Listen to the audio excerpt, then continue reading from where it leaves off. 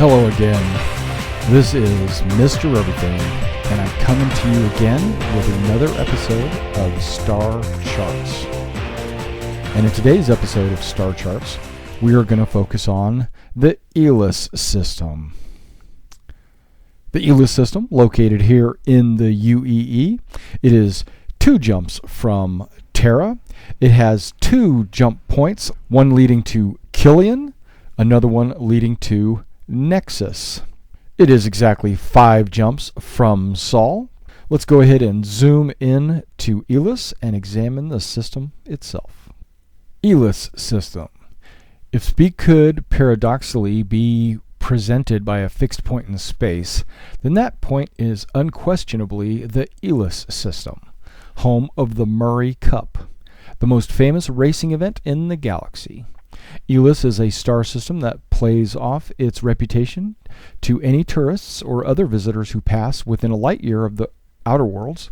Despite this, Ellis is actually a very interesting star system on its own merits.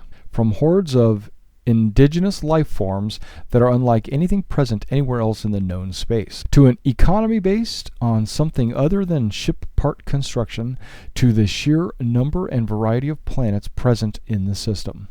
Ellis is worth at least one voyage.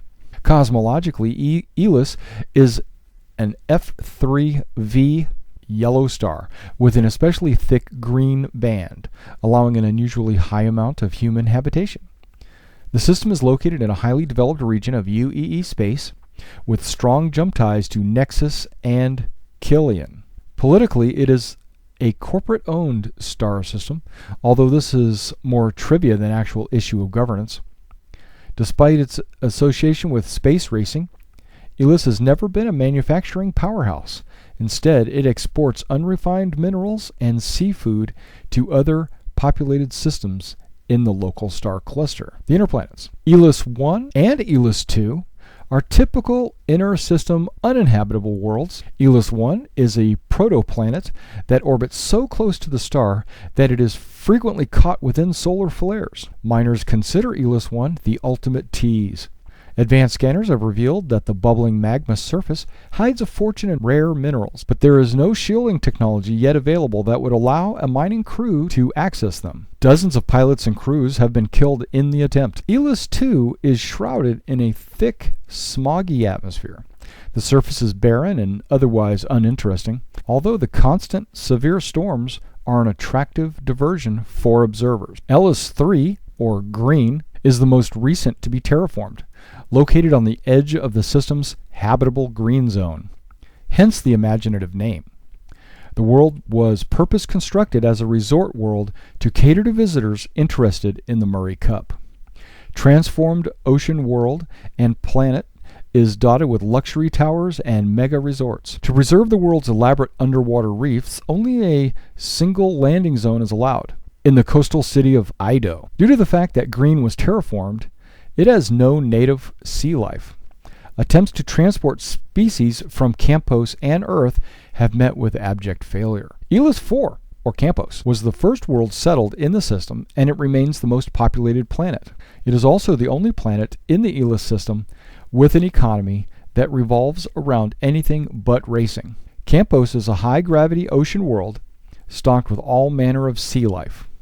The planet itself is named after a particularly large sea creature, though not one of the many whose harvested meat is available for export. Campos, high gravity, also gave rise to the evolution of flat cats, which formed the basis of a brief fad in the UEE core worlds. The world is frequently called Seahorse by the locals, so named for the appearance of some of the high-gravity sea monsters harvested by native fishermen. Ellis 5. The third of Ellis's populated planets, Noble, is a mid-sized forest world. The planet is largely unremarkable, with corporate dictates requiring that most of the surface be preserved as is. A single spaceport near the South Polar region allows visitors to explore a beautiful landscape reminiscent of an undeveloped Earth. 2 moons make for an especially beautiful landscape at night.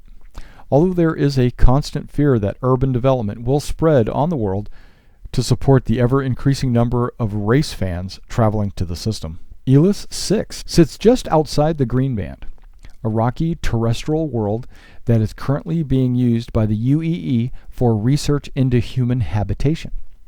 The hope is that terraforming techniques will expand to a point that planets farther and farther from a star will be able to someday support a human biosphere. A small science station is in geostationary orbit for this purpose, and the population of scientists are always eager to purchase luxury goods to while away the time spent at their thankless tasks. Ellis 7 and 8 are similarly uninhabitable worlds. Ellis 7 features a high corrosive atmosphere that can be damaging to ships entering local orbit. Ellis 8 is the smallest full world in the system, an uninteresting rock with a limited atmosphere. The Ellis system features 2 gas giants, Ellis 9, Walleye, or Ellis 10, Bombora.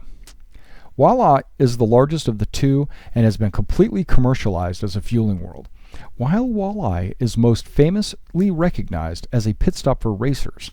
Most of the time, it is the site of impressive queues of freighters and warships waiting to take on fuel. Long-haul transports making the Earth Pinecone run frequently begin at Walleye, and a variety of rest stop facilities have grown up in orbit. Ellis 10, Bambora, is a smaller gas giant with an extremely turbulent atmosphere.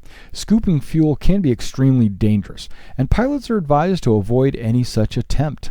On the other hand, it is a chance to skip the wait at Walleye and refuel your ship at no cost. 11 was famously destroyed recently by a collision with its moon.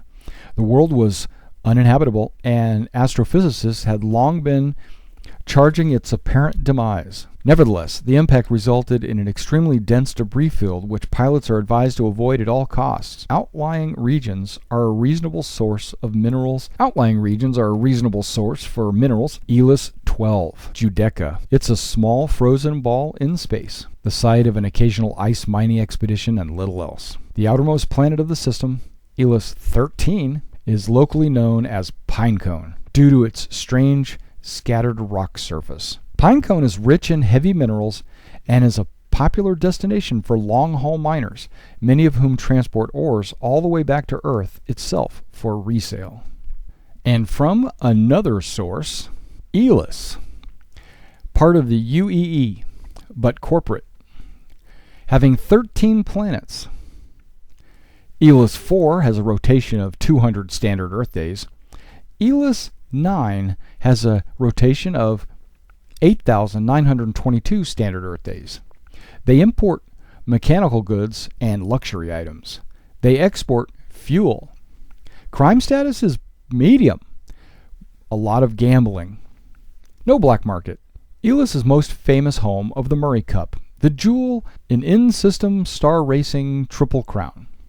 The Ellis route runs through the densely packed inner worlds, through the twin asteroid belts, and stops at one of Ellis 8's Lagrange points. A series of thousands of orbital monitoring buoys have been deployed throughout the system to monitor and broadcast race progress. During the off-season, aspiring racers and engine customization fans are allowed to run the track themselves for a small fee. Ellis 4, Seahorse, is an extremely ordinary green band planet, save for an unusually high gravity for a settled world, over twice Earth standard.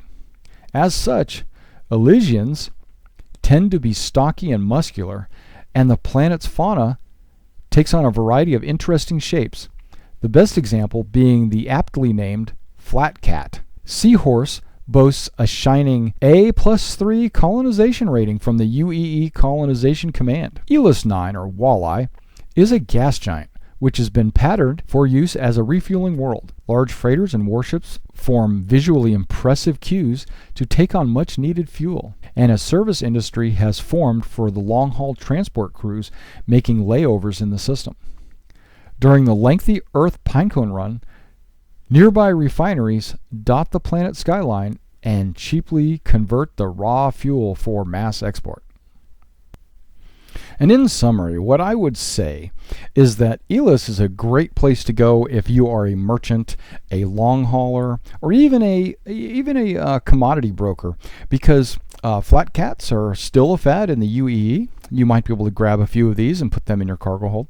You could also, if you're a fuel hauler, you'd be able to go to these fueling stations, get fuel on the cheap, and take them out system to other worlds that need fuel, and you could sell them there. If you wanted to import, of course, they're going to need luxury items and anything. Actually, now also, if you're a racer, this is a great place to go to test your mettle against other racers. Now you remember to participate in the Murray Cup, you have to earn 20 points in the qualifying rounds, and if you can earn 20 points over the course of the season, then you are allowed to participate in the Murray Cup. All right, well, thanks for coming out and checking out this issue of Star Charts, and I'll see you